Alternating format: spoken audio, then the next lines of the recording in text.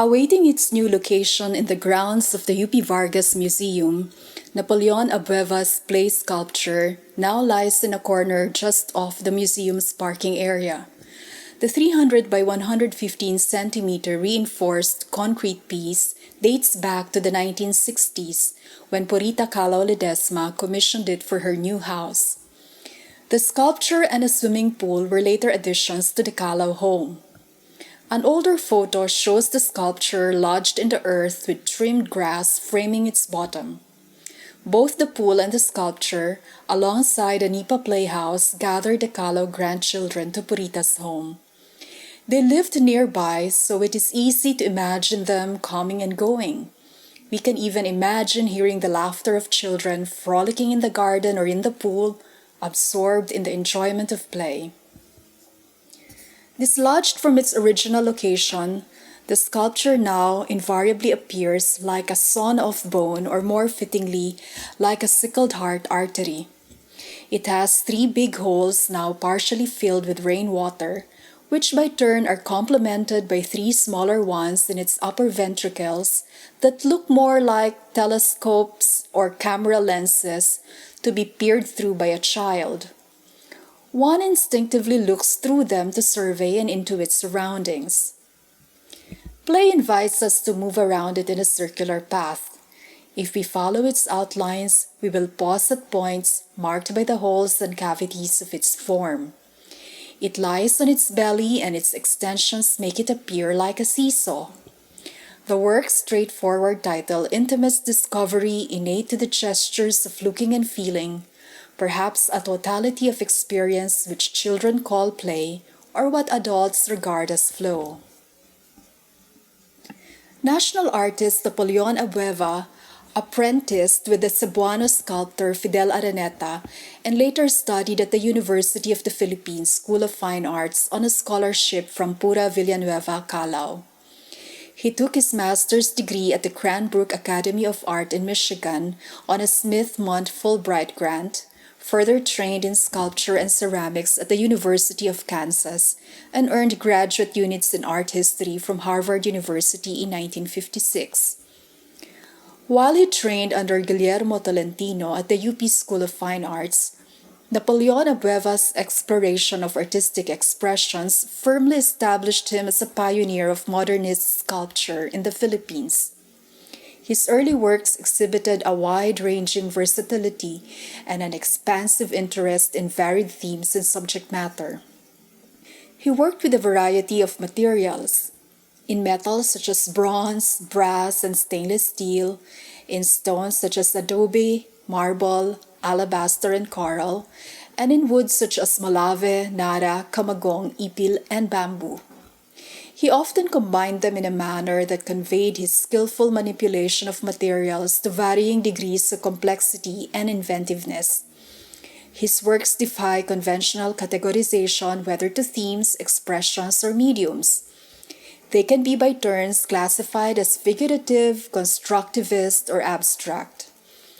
His works may appear minimalist in silhouette and composition, like Allegorical Harpoon, the country's entry to the 32nd Venice Biennale in 1964, figurative like many of his commissioned works for institutions, residences, parks, among other locations, or stylized like the furniture and the functional sculpture he designed and made.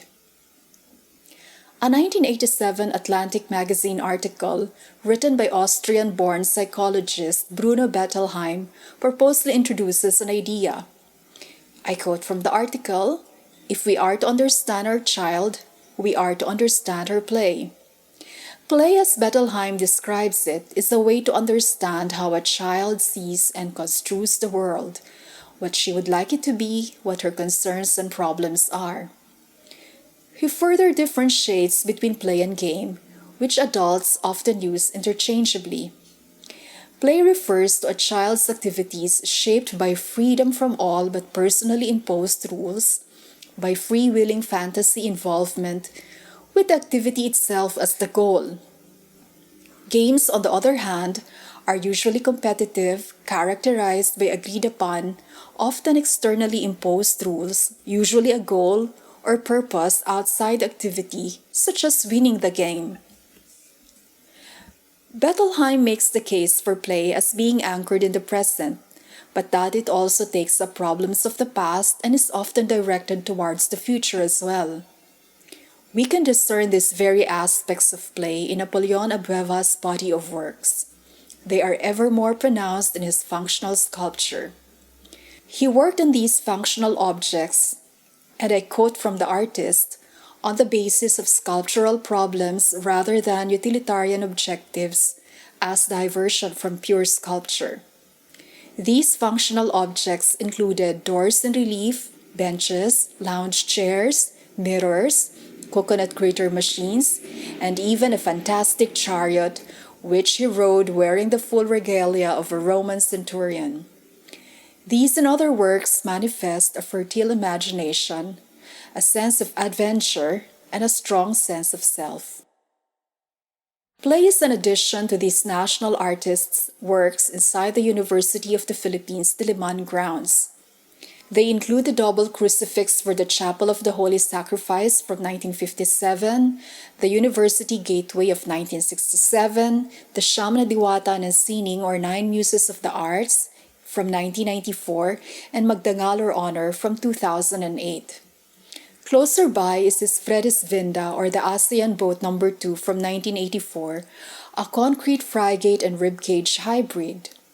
Presumed a copy of an original located at Fort Canning Park in Singapore, 𝘉𝘳𝘵 echoes play's organic monumentality. The former due to its verticality, the latter because of its bulk and proximity to earth.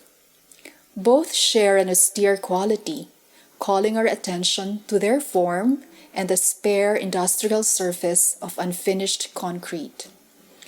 His works in campus remind us of his enduring influence as Professor and Dean of the UP College of Fine Arts from 1978 to 1989. He was honored as Professor Emeritus in 2003. In a world overcome by games, where wins and gains reign supreme, play reminds of our need to cultivate an inner world, a space for our imagination to roam freely and courageously, unhindered, uninhibited, and beyond fear. It is only with such imagining that we can reconstruct the world at hand. It is a point of view that Abueva's play sculpture allows. Like a vein through which rain passes, skin that receives dappled light, and a work of art that channels the life-affirming capacities of play and flow.